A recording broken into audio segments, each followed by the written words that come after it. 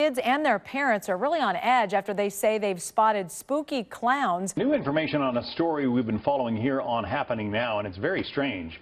The creepy clown sightings.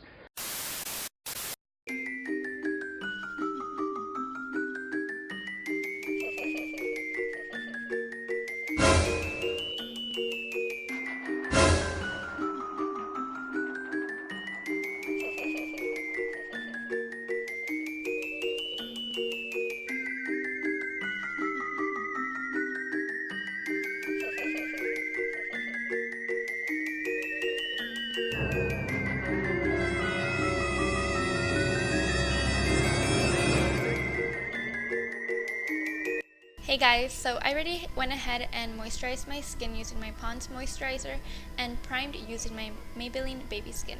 Now I'm going in with the Maybelline Fit Me foundation in one shade lighter than my skin tone. I decided that wasn't light enough, so now I'm going in with the NYX Jumbo Pencil in Milk, and then I'm just blending that right on top of that foundation using my damp beauty blender. Now I'm moving on to eyebrows. Here I'm using the Bhcosmetics brow pencil in the color neutral brown, and I am making my eyebrows thicker than what I naturally have them, and I'm making the arch a little higher just to make me appear a little mad. So I'm not being super neat, I'm just, filling them in. Now I'm going in with this Bhcosmetics palette, and I'm going in with the black shade. First, I'm going in with the flat shader brush and setting the color down all over my lid on both eyes, and I'm working on packing the color on first so it could be really dark and black. This is a clown tutorial, so I'm not being super neat with anything I'm doing. Now going in with this taupey brown, I'm going in to smoke out that black that I applied to my lid. I want it to be a really blown out smoky eye, so I'm just using that light brown shade to help me blend out the black, and I just keep blending and blending until I'm satisfied with how blended it looks. So I went ahead and applied lashes, of course, because I can't go without them, and then I'm just applying some mascara to blend them into my natural lashes. Moving on, here I'm using the Sigma E06 brush and just that same black eyeshadow, first to outline where I want like the little I don't know what they're called, like triangles to be. I'm doing them above my eyebrows, and I'm also going to be doing them right under my eyes. So before I go in and do the ones under my eyes, I'm using that same brush I used to blend everything out and applying a little bit of color to my lower lash line. So the way I'm filling them in is I'm taking the NYC liquid eyeliner and putting it on my hand, and then using that same Sigma brush, I'm just going in and filling in the triangles on my face. And the reason I'm using this is because it dries down to matte and it's super black, so I don't even have to set it with an eyeshadow, so it's pretty convenient to do this.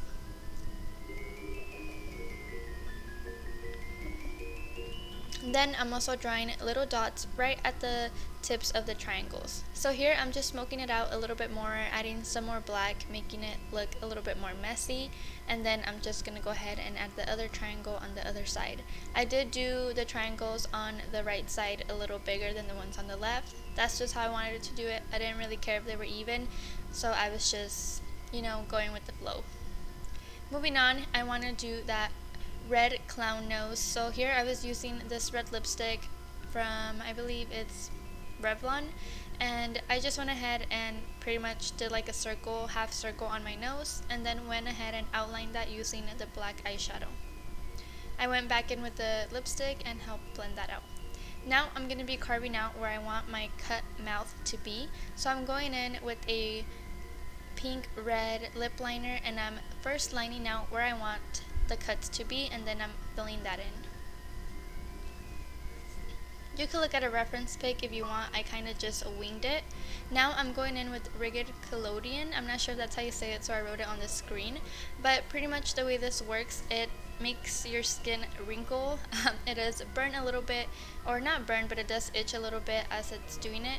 You have to make sure to wait about 30 seconds to a minute in between every layer, and I did about 8 layers so that I could get that nice wrinkly scar. Make sure that you're not applying this too many days in a row to the same area, because this can be pretty dangerous, so just be careful when you guys are using this. As you can tell, it's starting to look deep and cut like we want it to be. So I don't really have to do that much work. This product does it for you, so it's really cool. And now it looks like I have a scar and like a cut in my mouth. So I'm going back in with that liner and just overlining my lips to make them look a little bigger and pointier. And I'm also going to fill my lips in with this. I am going to go over with lipstick later on, so don't think I'm going to leave them like pink. So now I'm just adding some bruising around that cut mouth just so it could look like, you know, it's cut. So I'm going in with the same palette and adding some purple shadows, some blacks, some browns, just kind of to create some bruises. I'm gonna go ahead and go in with Bloody Scab, and all the products I'm using that are like Halloween stuff you can find at the Halloween store.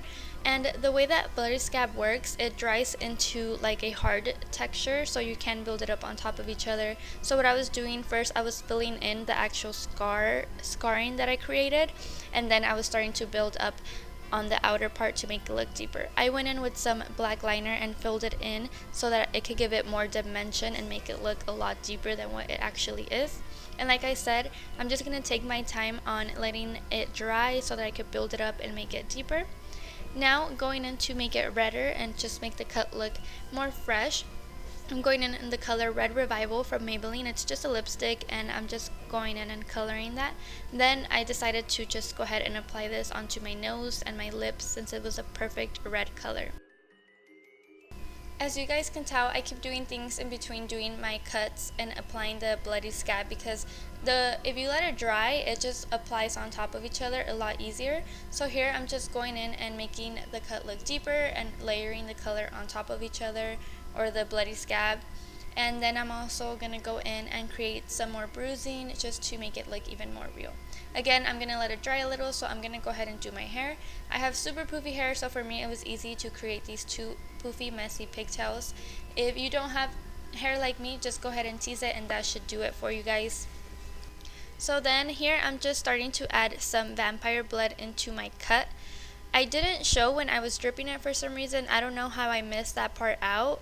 But all I did was grab that same brush and drip some blood down my mouth. It wasn't really anything that's too hard to do. So yeah, that's pretty much how it ended up looking. Alright guys, so that's going to complete this Halloween tutorial. I apologize if my teeth look weird. I have blood in my mouth, so they're a little stained with the blood. Really quickly, I just wanted to tell you guys where I got my outfit. I bought this shirt at Goodwill for $4. The overalls were also from Goodwill for $2.50, and I just went ahead and distressed them a little bit, like made some cuts, and then I just took some vampire blood and I just kind of went in on it and then did some rips to make it look a little creepy. I didn't want to wear an actual clown costume here in my town because lately there's actually have been some clown sightings, which was one of the reasons I got inspired to do this video, and I didn't want anyone to call the cops on me or anything like that. So I was like, you know what, I'm just gonna try and make like a really creepy like outfit, and then it should work out. I hope you guys enjoyed my first Halloween tutorial. If you do want to see more Halloween tutorials, don't forget to subscribe to my channel because I will be uploading all the month of October. If there is any Halloween tutorials that you guys would like to see, or any other videos, don't forget to let me know down in the comment section, and let me know what you guys think about this look.